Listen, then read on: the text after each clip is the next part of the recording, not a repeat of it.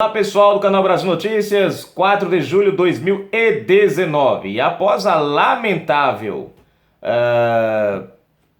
vamos dizer assim, né, forma de comportar-se da oposição ontem na CCJ com o juiz Sérgio Moro, o ex-juiz Sérgio Moro, né, atual ministro, o juiz Marcelo Bretas sai em defesa do ministro. Se inscreve, comenta, compartilha aquele like maroto e ajuda a gente. Marcelo Bretas se manifesta sobre injúrias a Sérgio Moro na CCJ. Após a ida de Sérgio Moro à Câmara dos Deputados nesta terça-feira, para participar da audiência sobre as supostas mensagens vazadas pelo The Intercept e ter de ouvir injúrias, calúnias e difamações de deputados da oposição na sua pessoa, o juiz federal Marcelo Bretas manifestou-se através de suas redes sociais nesta quarta-feira. 3. Bretas, que ganhou notoriedade nacional e possui grande apreço pela população por julgar casos relacionados à Operação Lava Jato no Rio de Janeiro, questionou até quando os magistrados brasileiros serão ofendidos. Vamos pegar aqui o Twitter dele. Cadê aqui, ó? Tem aqui, ó. Juiz ladrão, juiz justiceiro, juiz herói, sentido pejorativo. Até quando será admissível agredir os magistrados no Brasil? Quem são e o que querem esses agressores? Bom, conjurvara... Aqui esse nome eu não entendi não. Conjurvara de organização criminosas no RJ. Pode estimular juiz herói. Bom, eu não sei entender o que é isso aqui, que deve ser linguagem de juiz, né? Mas tudo bem, se alguém souber, traduz aí. Deixa eu descer mais aqui. Aqui, deixa eu descer. É lamentável a atitude de completo desrespeito ao juiz e demais combatentes da corrupção, proferidas por parlamentares que se escondem atrás de fóruns privilegiados. São quadrilheiros sem o menor pudor, que infelizmente não sofrem consequências por suas falas. Esse cenário pode resultar em agressões ainda maiores e mais graves e infundadas. Bom, gente, tá aqui a matéria. Deixa eu ver se tem mais alguma coisa aqui. Não tem. Olha, realmente o Marcelo Bretas, ele coloca um ponto aqui bem interessante, né? Até quando, né, os magistrados serão desrespeitados dessa maneira? Você vê que engraçado, né? Um criminoso como Glenn vai lá, espião, expulso do seu país, mora, né, junto aí com outro cara brasileiro que foi excomungado do Reino Unido, tem ligação com o espião Edward Snowden, mas foi recebido na CCJ como um homem ilibado de caráter, como um homem que está preocupado com a justiça, como um homem que usou mensagens obtidas criminosamente, mas que é o cara, né? Agora vai o Sérgio Moro, o cara que colocou inúmeros criminosos no banco dos réus e depois na cadeia. Vai o juiz Sérgio Moro, que através da operação da Lava Jato recuperou bilhares de reais para os nossos cofres públicos, né? E é tratado como um ladrão, chamado de ladrão, desrespeitado. Gente, é a inversão de valores. Essa inversão de valores eu já venho citando para vocês há muito tempo. Dá um exemplo clássico aqui. Você pega, por exemplo, o tempo que eles começaram a atacar a religião, lá naquele negócio do Museu, né, no Rio Grande do Sul, se não me falha a memória, apoiado aí pelo Banco Santander. O que eles fizeram lá? Pegaram, né, símbolos religiosos e colocaram em posições pornográficas, né? Ou seja, um total dizer, mas o negócio não é arte, é uma expressão de arte. Cara, eu não vou dizer o que quer dizer não, porque a expressão que eu ia usar aqui para eles ia ser uma arte maravilhosa, né? Mas para pessoas decentes não é uma arte. Então, a inversão de valores, destruir os símbolos religiosos de uma sociedade, para eles é arte, né? Vocês lembram no governo Dilma a lei que ia ser aprovada? Você é pai, você é mãe, seu filho de 12 anos de idade ou sua filha resolveu mudar de sexo. E aí você diz, não, ele vai num juiz, o juiz autoriza e que se dane o pai e a mãe, que se exploda o pai e a mãe. Ninguém tá nem aí pro pai e a mãe, né? E o juiz vai lá e autorizava, né, a mudança e acabou.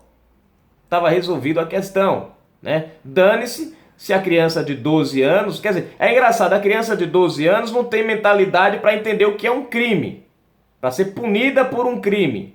Mas para mudar a opção sexual, para mudar o seu órgão sexual, que é algo no seu corpo que pode trazer inúmeras consequências no futuro, até psicologicamente, isso não tem problema, isso pode. Então você vê como há uma inversão de valores, né? Inacreditável. A questão da família, né?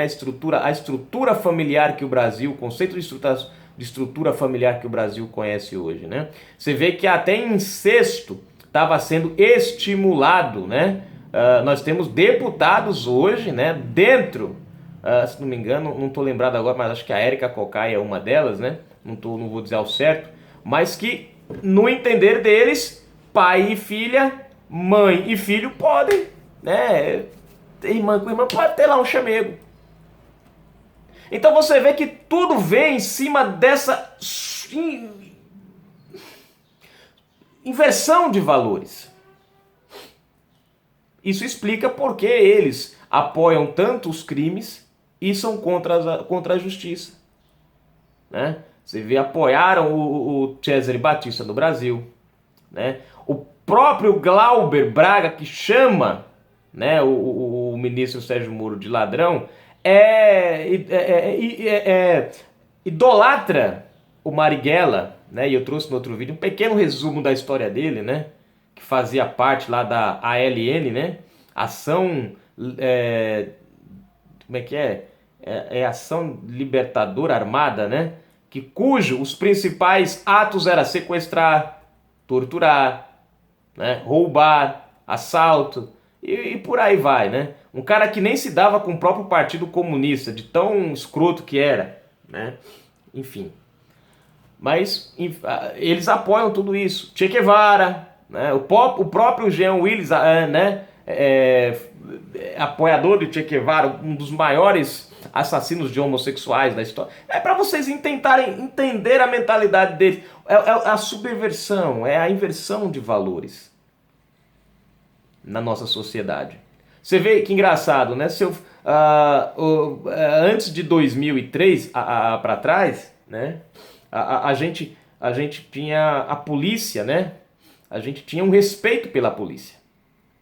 E até isso, né, o desrespeito pelas autoridades está implícito no programa deles, né, de atuação. Você vê, antes a gente estava na rua, eu lembro, adolescente, né, a gente não tinha medo da polícia no sentido de, polícia, não, a gente tinha respeito, né, e também tinha a questão de nos sentirmos seguros, né, até quando era mais pequeno, quando era mais novo, né, 17, 16 anos, em São Paulo, às vezes eu trabalhando de office boy, tanto meu patrão quanto meu pai recomendavam, olha, na hora que você não souber para onde ir, procura um policial e pergunta. Sempre procure um policial, sempre procure um policial. Por quê? Porque era, né, a nossa referência de honestidade, era a nossa referência de segurança. Você ia, procurava um policial para te orientar. Quantas vezes eu fiz isso? O policial lá me orientava, né? Uma vez até um policial chegou a me levar no local onde eu queria chegar, onde eu precisava chegar, né, por conta que eu estava atrasado e não sabia como chegar lá e não tinha o ônibus, ia demorar, e o cara falou, não, a gente leva você lá. E a polícia fez quer dizer, né, levou-me até lá, num local onde eu necessitava chegar. Para vocês verem como eram a instituição policial antigamente e como ela é hoje. Hoje, o que foi que a esquerda fez com a instituição policial? Ela demonizou. Ela criou uma imagem de que a polícia não presta. O bandido é bom, a polícia não presta. Né? Hoje o policial é torturador, o policial é agressivo, o policial é assassino, né? Bom é o camarada, quer dizer, enfim, né? Vocês entenderem como é, né, a situação. A pesquisa que saiu esses dias aí dizendo a cada 3 homicídios, um é cometido por policial. E aí eu acho engraçado é que eles esquecem os outros 2, né, que são cometidos por bandidos, né, como se 2 fosse menos do que 1. e aí focalizam na polícia. E esquecem de explicar que 2 são cometidos por bandidos, por criminosos, né? E um é a polícia matando o bandido. Mas não, para eles um vale mais do que 2 e dane-se a vida de qualquer pessoa. Né? O importante foi que o policial matou. O que o bandido mata não tem problema. O policial é um fruto, né, da violência, da pobreza. É o bichinho um coitadinho. O pai dele batia na mãe dele, ele apanhava, o pai chegava depois que ele se tornou criminoso desse jeito. Então é a psicologia do crime, né? A justificativa psicológica do crime, né? Enfim, é mais ou menos isso. É a inversão, né, dos valores no Brasil. E aí a gente vê isso na CCJ, né, da Câmara. O Glenn vai lá, não responde porcaria nenhuma, né? Não responde porcaria nenhuma e eles defendem o Glenn, pedem para respeitar o convidado, pedem para, né, ter educação. Agora, vai o ministro da Justiça voluntariamente, que o Glenn não foi voluntariamente, mas, né, o Verdeval, mas o Sérgio Moro, ele vai voluntariamente e ao invés de ser recebido como tal, né, não precisa gostar do cara, nem precisa acreditar, mas respeitar-se ele, porque até se provar o contrário, o cara é inocente. É a regra básica da justiça. Respeitar eles, respeitar o ministro que está no cargo em exercício, era o mínimo que eles podiam fazer. Mas não, né? Fizeram tudo o possível e o impossível para desestabilizar o ministro, atacou a família, trouxe assuntos que não tinham nada a ver, né? Eu vi lá o Brasil, Brasil 247, o nome lá do site, esqueci agora, acho que é Brasil 247, da esquerda, lá, as perguntas de Gleisi Hoffmann que o ministro não gostou. Pô, não só o ministro, a sociedade em si não gostou. Foram perguntas ridículas, babacas, né? O Glauber lá fala, o senhor vai ficar na história, nos livros da história, a nação brasileira, o povo brasileiro não aceitará, o povo brasileiro já não está aceitando. Agora, tanto não está aceitando que nem votou no Haddad, já expulsaram o Haddad, já excomungaram, né? Gleisi Hoffmann quase não se elegeu, né? Graças ao partido, né, que subiu ali, pelo puxadinho, né? E outros da esquerda que estão subindo, que subiram por causa das legendas, mas que não tiveram nas urnas votos expressivos para serem eleitos. Então, por aí você tira, gente, de que lado o povo tá, né? E eles falam como se o povo tivesse do lado deles. Então, é uma inversão total e absurda da realidade que esses caras têm na cabeça, né? Bom, tá aí, Canal Brasil Notícias, trazendo mais informações até você.